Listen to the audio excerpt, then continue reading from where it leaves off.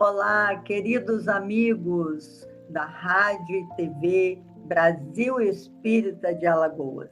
Estamos mais uma vez reunidos, eu e André, graças a Deus, com saúde, para darmos continuidade ao nosso programa quinzenal, cujo nome é Poesia, Expressão do Ser. Hoje nós já estamos no 10º encontro, #10. E, infelizmente, também sem a Mari, que teve que fazer uma viagem, eu acho que ela está com algumas coisas para resolver, mas já nós a teremos de volta.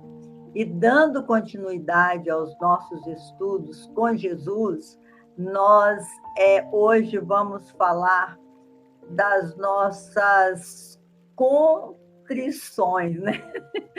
O programa, eu vou chamar o André para ele explicar o nome desse programa, que eu ainda me enrolei com essa palavra que eu não conhecia. Diz aí, Andrezinho. Então, boa noite, Leila, mais uma vez, obrigado pelo carinho, pela recepção sempre amorosa, calorosa, e agradeço a todos que nos acompanham nesse nosso projeto de reflexão, de estudo do Evangelho, reflexões sobre as passagens de Jesus. Temos ao nosso alcance, né, textos de apoio do nosso querido Emmanuel, né, pela psicografia de Francisco Cândido Xavier, em que a gente consegue, pelas suas interpretações, pelas suas colocações profundas, né, trazer ainda mais luz, mais entendimento às passagens que nós temos no Evangelho segundo o Espiritismo. E o tema de hoje, né, a palavra um pouquinho complicada, né, é contristação, né? Então, veja que Emmanuel, ele puxa, né, contristação. Essa é a palavra, Leila. E essa palavra é muito interessante, meus irmãos, porque tem, no texto que ele colocou, tem assim, de duas espécies são as vicissitudes da vida, ou, se preferirem, promanam de duas fontes bem diferentes, que importa distinguir. Umas têm sua causa na vida presente, outras fora desta vida. Então, isso as vicissitudes, que são os desafios, né, da vida que a gente tem que enfrentar, tem duas causas. Uma está na vida presente. Aliás, a grande maioria é a gente mesmo que causa, mas outras nós trazemos de vidas passadas, como disse Buda. Buda também, quando saiu para meditar, ele trouxe as 4 nobres verdades, né? As 4 nobres verdades do budismo, eu não me esqueço que ele diz: a primeira nobre verdade é que a dor existe. A segunda nobre verdade é que a dor existe e tem uma causa. A terceira nobre verdade, aí que é o nosso estudo de hoje, ele diz: se você perceber que a causa da dor não está na vida presente, você há que ter feito alguma escolha equivocada no passado, que estará na vida passada. E a quarta nobre verdade, que é maravilhosa, que o Espiritismo assina embaixo, é que um dia nós não teremos que sofrer mais quando nós aprendermos a escolher melhor. Então, eu passo a bola agora para o Andrezinho, que vai falar um pouquinho sobre isso. Então, essa passagem que a Leila comentou agora no final é uma passagem do Evangelho segundo o Espiritismo. Ele faz parte, Leila, ainda do nosso capítulo Bem-aventurados os aflitos, e no item 4 desse capítulo nós vamos encontrar Kardec falando sobre as causas atuais das aflições. Logo no início desse capítulo, então, ele faz esse comentário, Kardec traz esse comentário, né, de duas espécies, e no final, às vezes a gente passa os olhos meio rapidinho e não observa, que ele diz assim, ó, uma tem causa na vida presente, outra fora desta vida. Veja que Kardec não está dizendo necessariamente que é na vida passada. Pode ser, inclusive, erros que a gente tenha cometido na erraticidade. Então, o que ele está dizendo é isso, olha, você tem coisas que são da vida presente, tem coisas que são fora dessa vida. Por que ele está dizendo isso? Né? Isso aqui chama muito a nossa atenção, e a gente, como espírita, a gente tem que ter essa compreensão, principalmente quando a gente lê algumas obras de André Luiz, né, que ele vai mostrar atitudes, comportamentos de espíritos ainda pouco esclarecidos na erraticidade, né? Então, só para a gente lembrar aqui o nosso conceito, erraticidade é o período entre um desencarne e um novo nascimento, tá certo? A mão fica meio... mas é entre um desencarne e um nascimento. Esse nome de erraticidade, então, é para retratar o período em que o espírito não se encontra na carne. E vale lembrar... Pode esclarecer isso, André, porque muita gente diz assim, espírito errante. Fica com uma ideia que a pessoa fica assim, caminhando sem rumo, né? O espírito errante fica caminhando sem rumo. Eu estou meio errante hoje. Não é isso, não, gente. Vamos prestar atenção no estudo. Espírito errante e erraticidade é esse período de descanso da alma na espiritualidade em que ela está aguardando uma próxima encarnação. Vai continuar, André. E essa questão da erraticidade, Leila, ela é muito importante, porque nós temos vários relatos mostrando que os espíritos, quando desencarnam, né, passada uma encarnação aqui de 60, 70, 80, 90 anos, ele, quando desencarna, ele precisa, obviamente, se readaptar a este novo ambiente espiritual, que vale lembrar, é o ambiente do qual todos nós viemos, né? O transitório é a vida na carne, é a vida na encarnação. O permanente para o futuro do espírito evoluído é a vida fora da carne, tá certo? No entanto, graças a Deus, neste momento, nós estamos vivendo a vida na carne, que ela é riquíssima. Nós vamos comentar sobre isso, né? O espírito, quando se encontra durante a encarnação, o contato dele, né? O espírito precisa da matéria para se expressar, ok? Seja esse espírito se expressando na matéria densa, que é o corpo, ou seja, esse espírito se expressando na matéria etérea, que é o corpo fluídico, ou o perispírito, tá certo?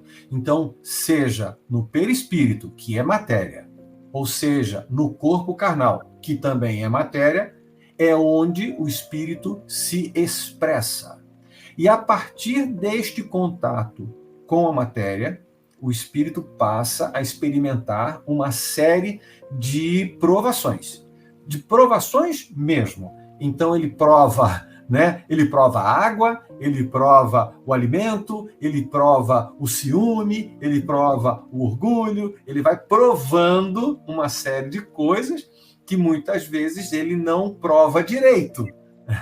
E aí acaba tendo que passar novamente pela prova, porque se ele prova e avança na prova, adquirida está a sua conquista. Né? Toda conquista do espírito, ela não se perde. Ela vai avançando e você, né, o caminho é só para a direção da perfeição. Então, voltando à questão aqui, nós vamos encontrar, por exemplo, tem um livro sensacional de André Luiz, chamado Libertação, um livro bastante intenso, né? Eu diria. Nós vamos encontrar André Luiz relatando espíritos fora da matéria adquirindo inúmeros compromissos. Então, os compromissos, eles não são exclusivos do período de encarnação. O espírito sempre, seja na carne, ou seja na erraticidade, ele tem condições de evoluir ou de se causar problema. Tá certo? Então, vamos encontrar neste livro espíritos na erraticidade. Porque ninguém retroage, né?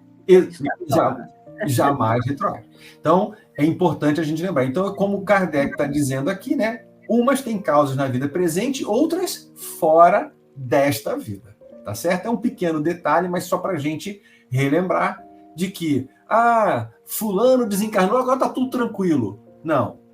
Desencarnou, continua trabalhando, continua evoluindo, né? Porque, do contrário, pode estar adquirindo novos compromissos. Tá certo? Então, esse é o início, né, do nosso estudo, em que a gente vai falar sobre as causas atuais das aflições. E eu pergunto, Leila... Eu nunca tinha pensado nesse ponto de vista, você fora da vida, que não fosse vida passada, né? Pode ser, bom, de todo jeito é passada, porque você está na espiritualidade, né? Então tá. Concordei. É bom a gente estudar junto, né? Porque um fala uma coisa, o outro... Me incomodou, então vamos falar, né? Vamos lá. Não, mas é isso mesmo. É vida passada, com certeza. Fora dessa vida, só pode ser a vida passada.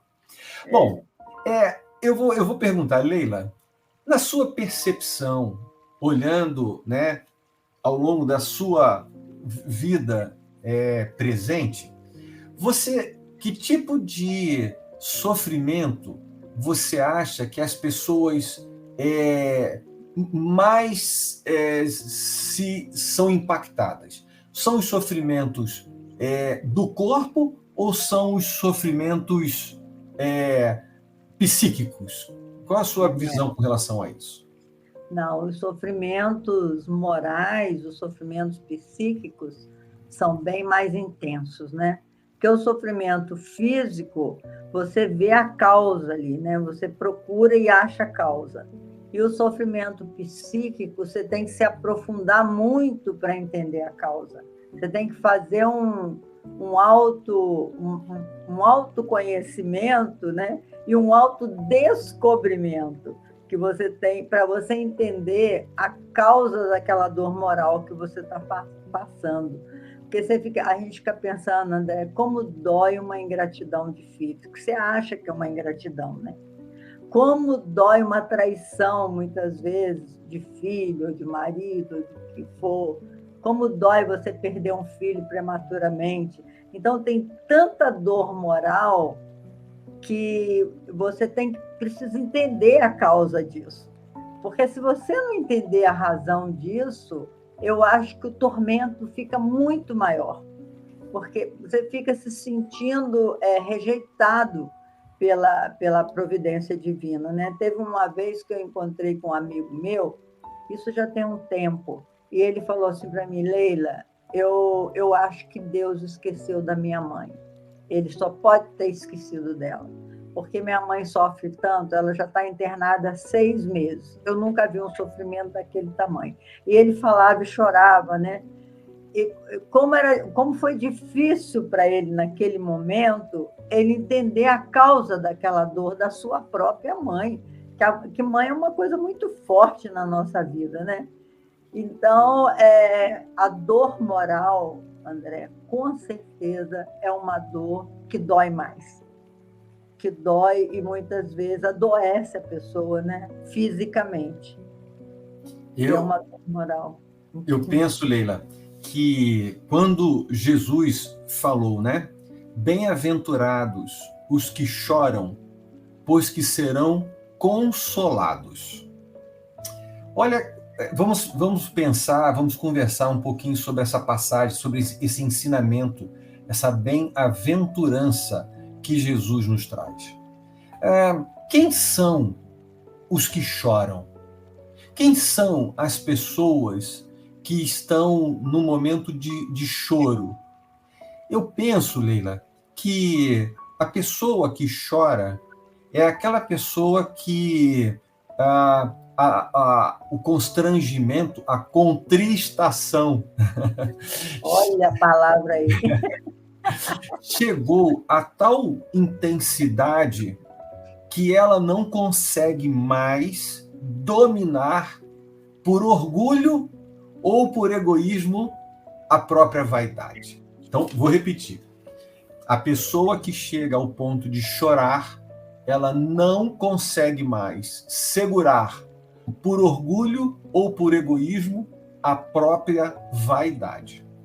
Eu digo isso porque a gente vê pessoas, às vezes tem até aquelas crianças, né, que fez alguma coisa de errada, a mãe vai aplicar ali uma correção e ela fica braba, não vou chorar, né, aquela situação ali, né, eu vou segurar aqui e não vou chorar. E a gente, muitas vezes, ao longo da vida, a gente assume essa postura por vaidade, dizer assim, eu não vou me render aos meus sentimentos. E acaba postergando o arrependimento e o choro. Então eu penso que os que choram são aqueles que alcançaram o beneplácito, a palavra é um pouco mais difícil, mas aqueles que alcançaram a beleza da humildade diante da prova, né? A tal ponto que eles dizem, vou chorar, vou me render à situação e vou chorar para lavar a minha alma, né? O que você pensa com relação aos que choram? O que Jesus quis dizer quanto aos que choram? Eu acho que Jesus esclareceu bem que os que choram verdadeiramente a dor, porque tem pessoas que ficam com mimimi, como a gente diz, né? Os problemas são pequenos, mas ela maximiza por conta até da sua estrutura psíquica mesmo. E são manhosas, igual uma criança birrenta, que você toma dela, ou fala, minha filha, isso você não pode fazer. E ela grita e faz esperneia.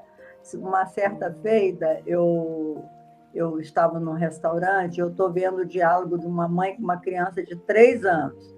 E a criança estava querendo que a mãe saísse do lugar dela, que ela queria sentar no lugar da mãe. E aí a mãe falava assim, não, você não vai sentar aqui, senta aí onde eu te coloquei. E a menina, não, e gritava, e gritava. E ela foi ficando, a mãe foi ficando constrangida, ela foi ficando contristada, e ela falou, você vai sentar aí sim, e deu umas palmadas na menina. Aí a menina berrava, aí ela, por fim, depois de criar aquele drama todo, ela levantou do lugar e deu lugar para a filha.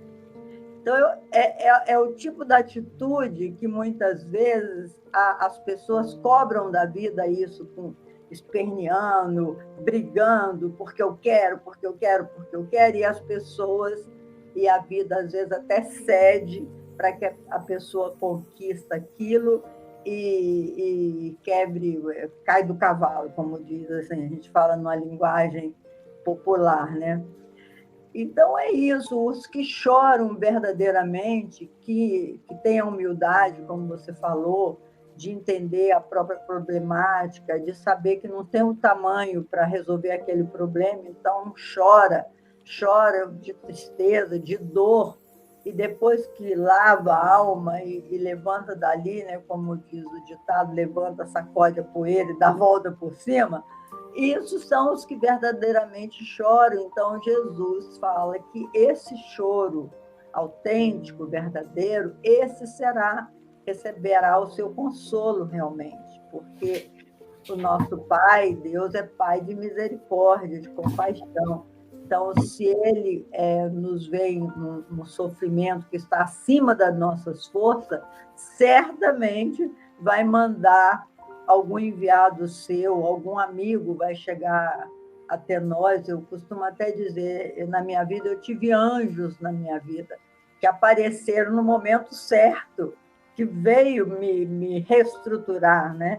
Eu falo da Sueli Calda Schubert, que foi um espírito que eu convivi com ela durante 18 anos em Juiz de Fora, e ela foi um anjo na minha vida. Então, as minhas lágrimas, os meus choros, ela soube me ajudar.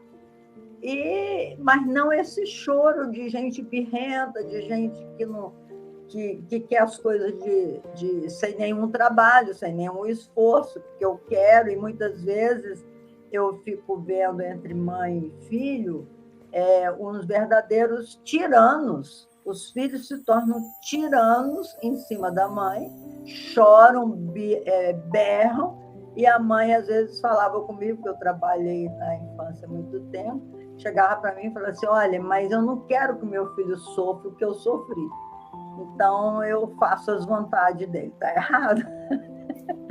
Está absolutamente errado, porque esse choro, quando você tiver na sua fase adulta, não vai ter consolo, porque é o resultado de uma ignorância, né? No fato que os espíritos são generosos com a gente. Ele diz que a gente não erra porque quer, a gente erra porque nós somos ignorantes no sentido de ignorar.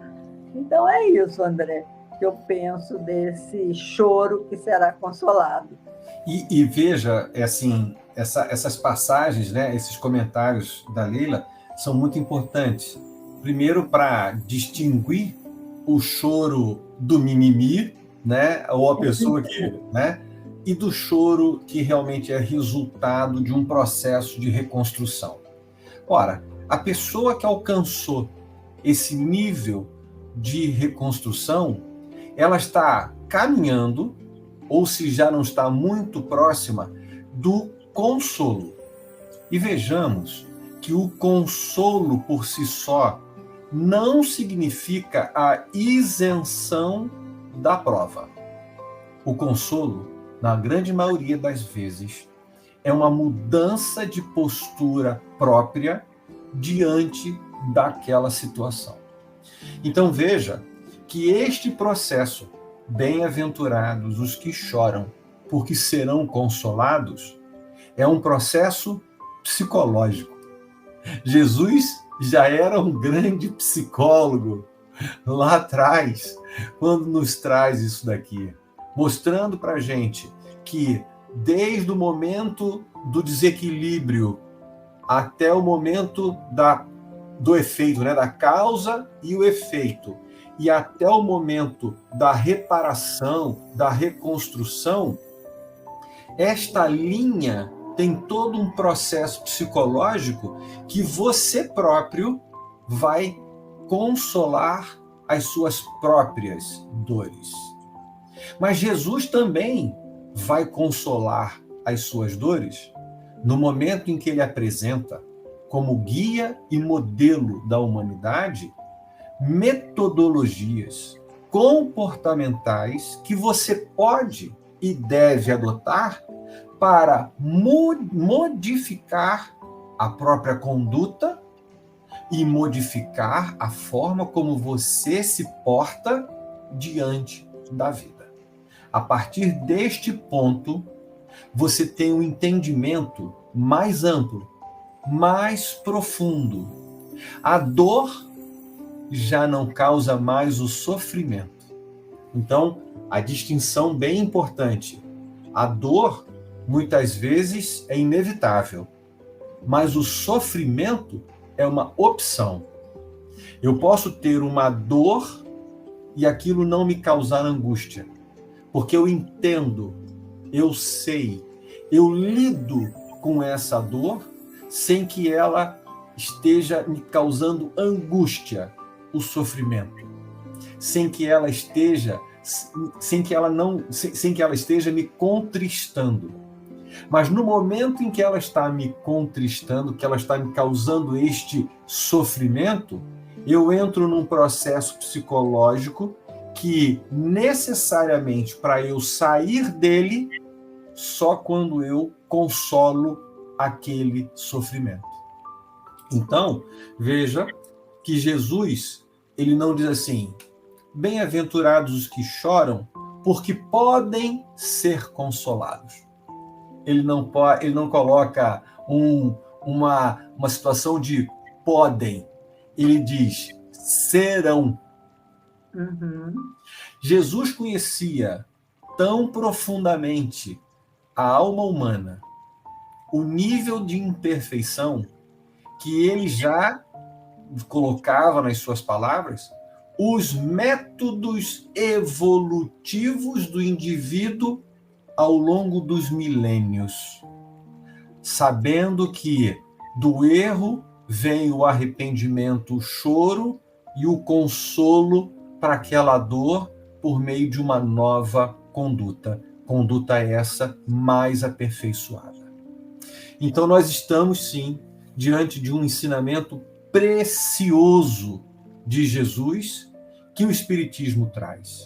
Mas eu vou aproveitar a situação da mãe e da criança que a Leila acabou de comentar e dizer que aqui, olha, no próprio Evangelho, ele diz assim, olha, vou botar aqui para a gente ler junto, ó. Quantos pais são infelizes com seus filhos porque não lhes combateram desde o princípio as más tendências? Então, vamos lembrar aqui que nós somos responsáveis, na condição de espírito, de individualidade, de cuidar desse complexo psicológico, mental que somos cada um de nós. Mas também, em determinados momentos, nós somos responsáveis por conduzir, orientar aqueles que são colocados sob nossa tutela, os nossos filhos. E aí, veja que Kardec e os espíritos ressaltam que desde o princípio. Então, é necessário que a gente tenha uma postura de olhar assim, meu filho, 2 anos de encarnação, mas um espírito milenar. Se ele está reencarnando, se ele está aqui agora comigo, é porque ele precisa.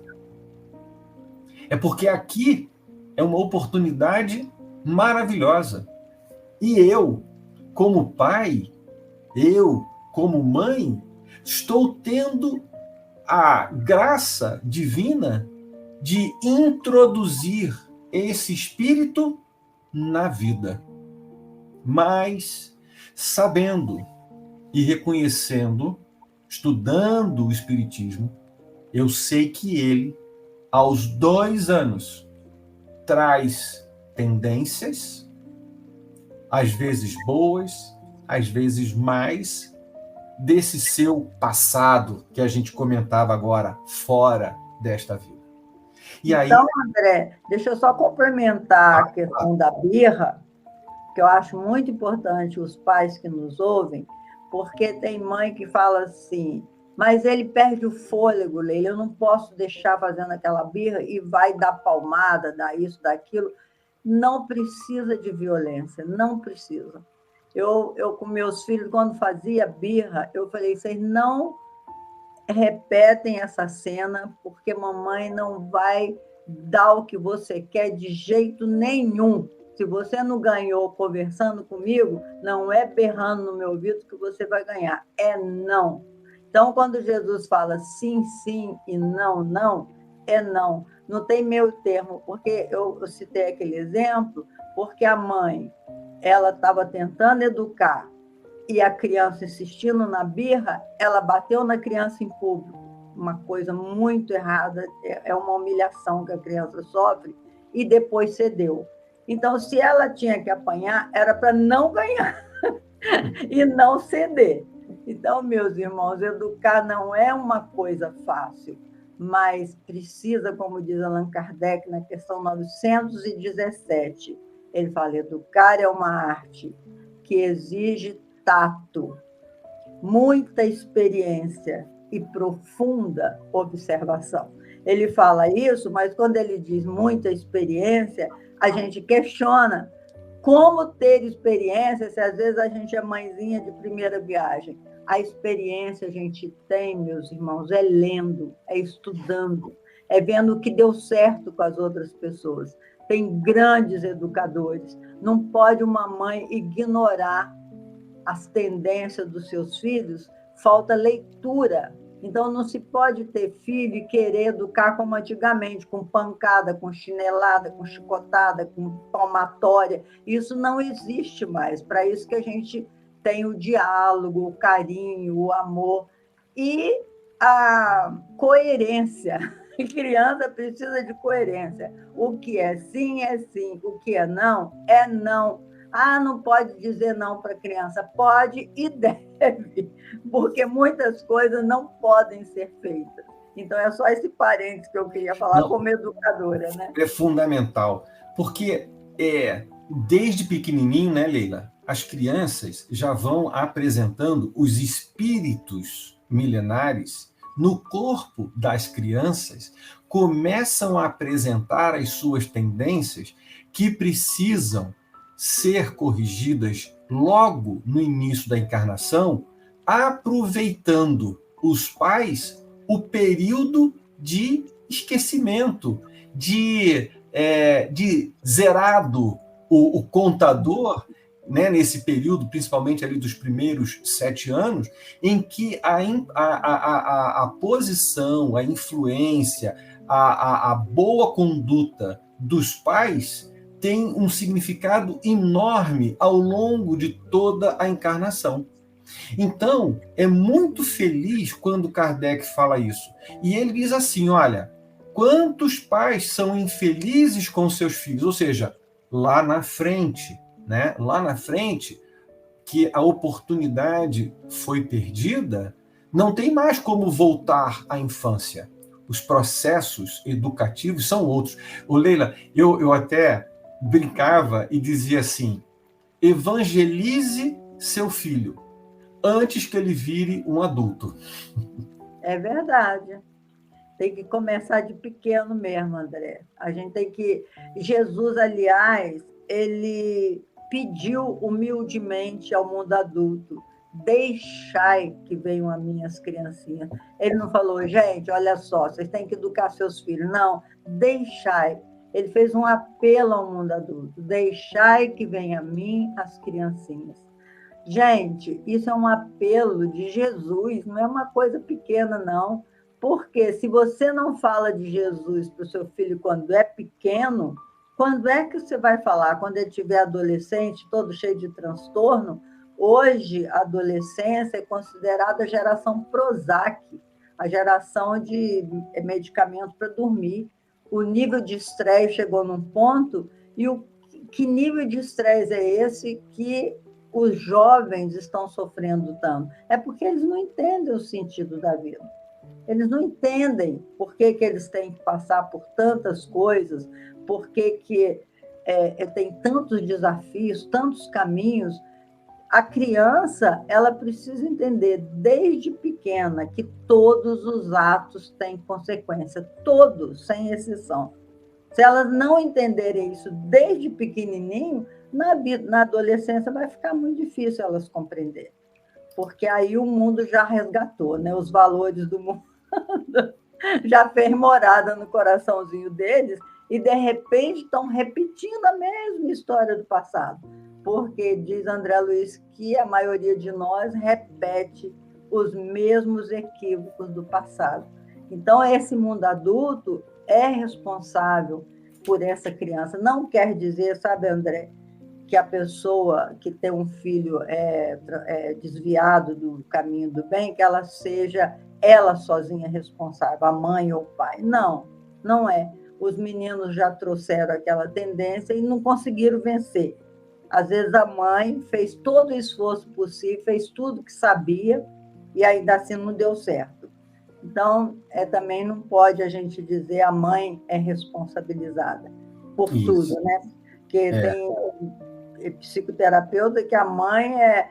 Aliás, esse Zé Ângelo Gaiarsa, que é um terapeuta aqui do Rio, muito famoso, tem um livro e tal, que fala muita coisa boa, mas ele fala umas coisas que parece que é engraçado, mas eu também não acho graça nenhuma dizer que as bruxas das histórias infantis, aquela velha de cabelo desgrenhado e verruga no nariz e que anda na vassoura, as bruxas é a representação arquetípica da mãe.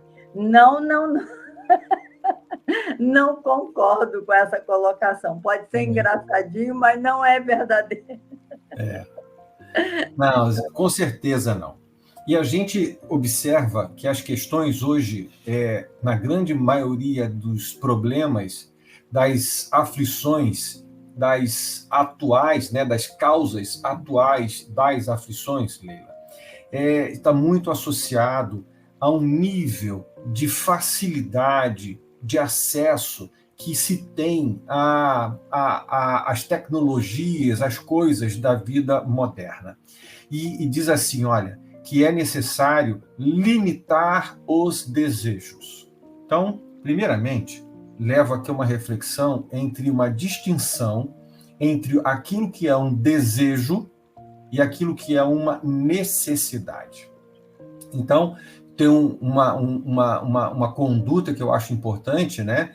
No caso, me permito aqui, eu tenho um casal, tenho 2 filhos, e eles dizem, em algumas situações, um falava assim, mas você fez tal coisa, para um tem que fazer para o outro. Eu falei, nunca disse isso. Eu nunca prometi a vocês que eu ia dar a mesma coisa para os 2. Eu sempre disse que eu vou dar o mesmo tratamento justo para os 2. Justiça não é tratar todos da mesma forma, mas tratar os desiguais da maneira como cada um precisa ser tratado. Se um precisa de uma bicicleta, vamos trabalhar para dar a ele uma bicicleta.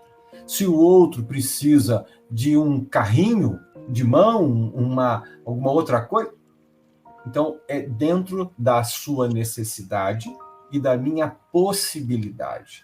Os desejos, muito eventualmente nós vamos atender por uma questão de carinho, de amor e de afeto, mas não como uma regra de compromisso. Então, vamos aprender, porque aqui vem uma lição um pouco mais dura, de que, de fato, nós temos que aprender a limitar os nossos desejos.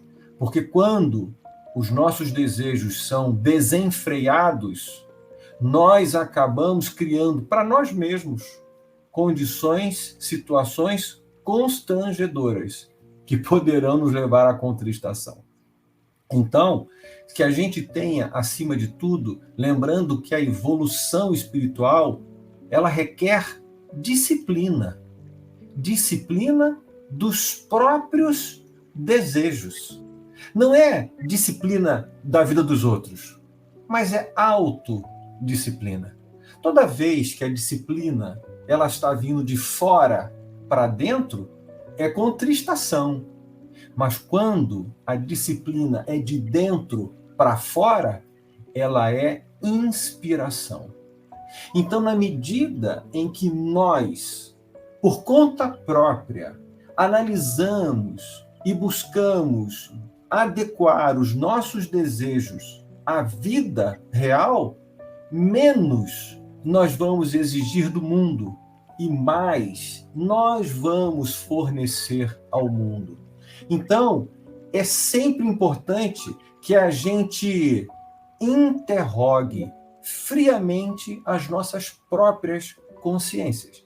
Que a gente esteja diante de nós mesmos, olhando de maneira franca, não rude, não dura, mas franca, honesta. Será que minha conduta para tal situação, ela não está assim marcada pelo egoísmo, pelo ciúme, pelo um desequilíbrio?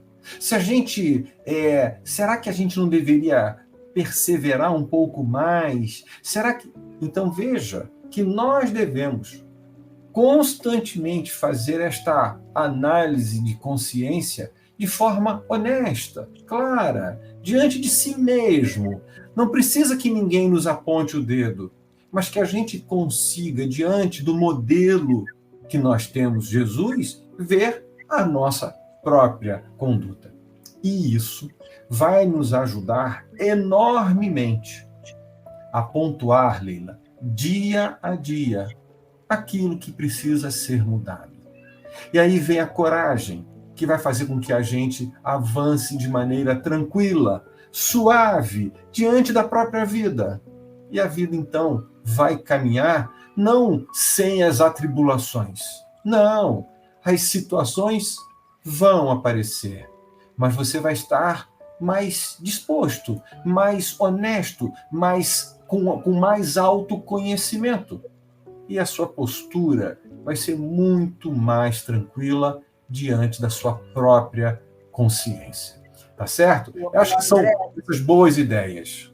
Deixa eu lembrar, você me fez lembrar, meus irmãos, André me fez lembrar, falando aqui para os nossos ouvintes, me fez lembrar um estudo que está no Pensamento e Vida, é a lição 2, em que Emmanuel chama essa lição de vontade. E ele faz uma analogia, ele diz assim, a nossa mente funciona como um escritório. Olha que analogia eu achei perfeita, André. A nossa mente funciona como um escritório, onde tem um chefe e tem diversos departamentos.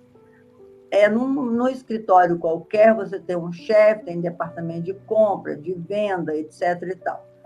Mas na nossa mente, nós temos 4 departamentos aqui, ó, 4 departamentos importantíssimos. Um se chama desejo.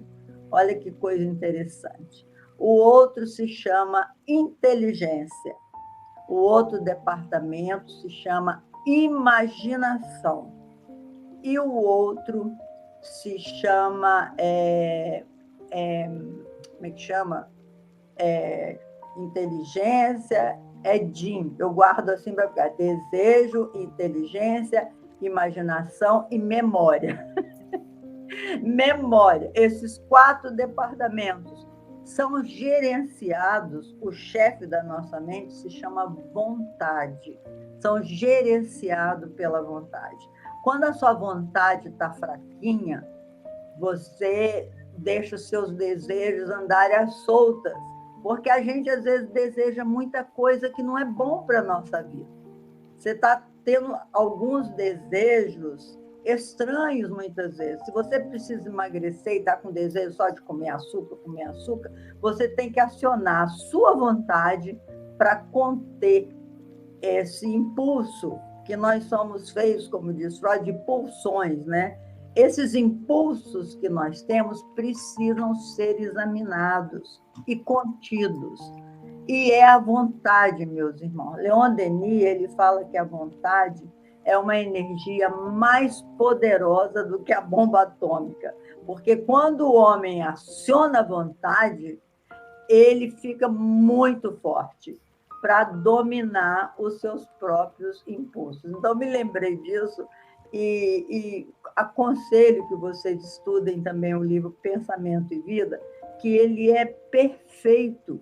Quando ele fala nesse departamento da imaginação, outro dia, tendo uma conversa com a minha neta, ela falou assim para mim, vó, você não tem razão nisso que você está me dizendo, sabe por quê? Você está usando da sua imaginação e está criando uma narrativa.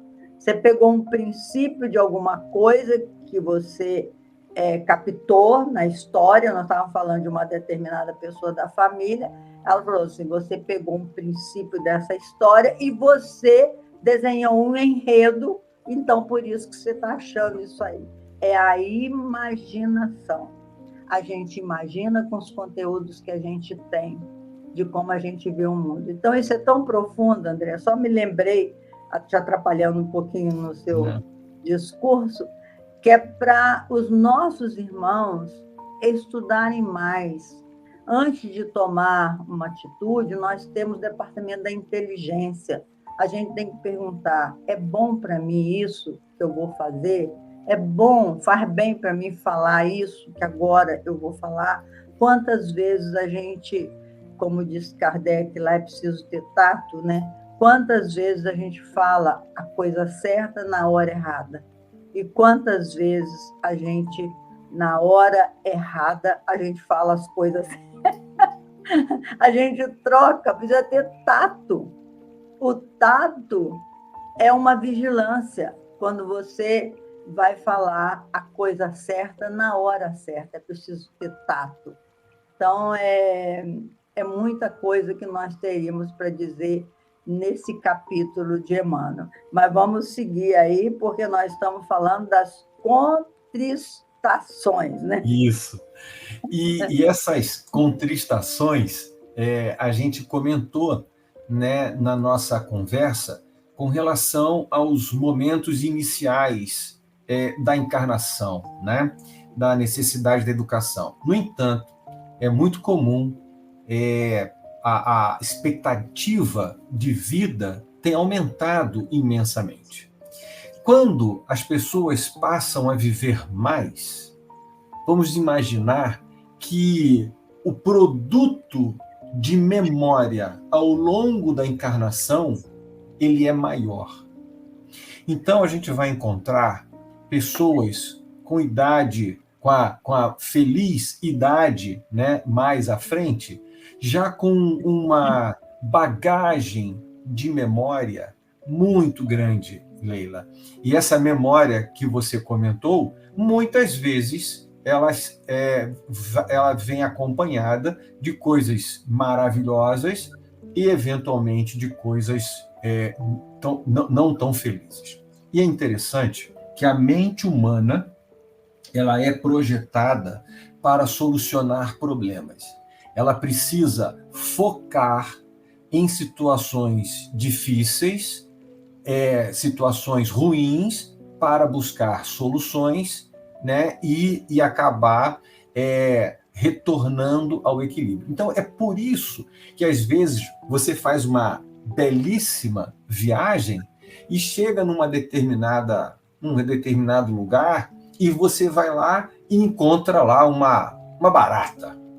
A sua mente, quando você lembra da viagem, se você fala assim, o que nós fizemos de bom na viagem? Você tem que puxar pela memória as coisas.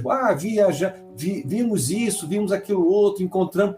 Mas se você fala da viagem puramente, você vai lembrar, teve na viagem aquela barata, o episódio da barata. Então, a memória humana acaba, por força do exercício do restabelecimento do equilíbrio, focando mais facilmente e mais intensamente nas coisas ruins. Pois bem, lá na idade mais avançada, nós vamos encontrar pessoas que talvez digam assim: entretanto, a experiência, algumas vezes, chega um pouco tarde, quando a vida já foi desperdiçada e turbada. Ou seja, é aquele indivíduo que chega lá na frente e diz assim: se eu soubesse disso há mais tempo, talvez eu não tivesse cometido tal e tal situação. Por isso que nunca foi tão importante a mensagem do Evangelho, esclarecendo jovens, adultos, para que possam compreender e entender as situações da vida, para evitar as contristações, os constrangimentos, os sofrimentos, e para evitar ainda mais, lá na frente, ter o arrependimento do desconhecimento. Então, é muito importante que a gente pense na vida. Não passar a vida simplesmente passando. Não. A cada momento é oportunidade única de construção para o dia seguinte. Então, o que você aprende hoje, o que você aplica hoje, é somatório para o futuro. Justamente para que quando você chegue lá na frente e diga: vivi intensamente. E quando você chegar mais na frente ainda, você possa, quem sabe, né, ser considerado um completista, né, Leila? Os completistas são aqueles indivíduos que fizeram um planejamento encarnatório e, quando voltam à espiritualidade, reconhecem que cumpriu enormemente o seu planejamento. Então, ou seja, uma encarnação que valeu a pena, minuto a minuto. Então, chegar na condição de completista, né? Vamos dizer, não é. E tinha um amigo que dizia: não são 100 metros, é maratona. É maratona. É maratona encarnatória. João Cabete tem uma música que ele fala assim: é bom viver quando se tem em paz o coração. Você, como eu, que é também feliz, aprenda esta lição.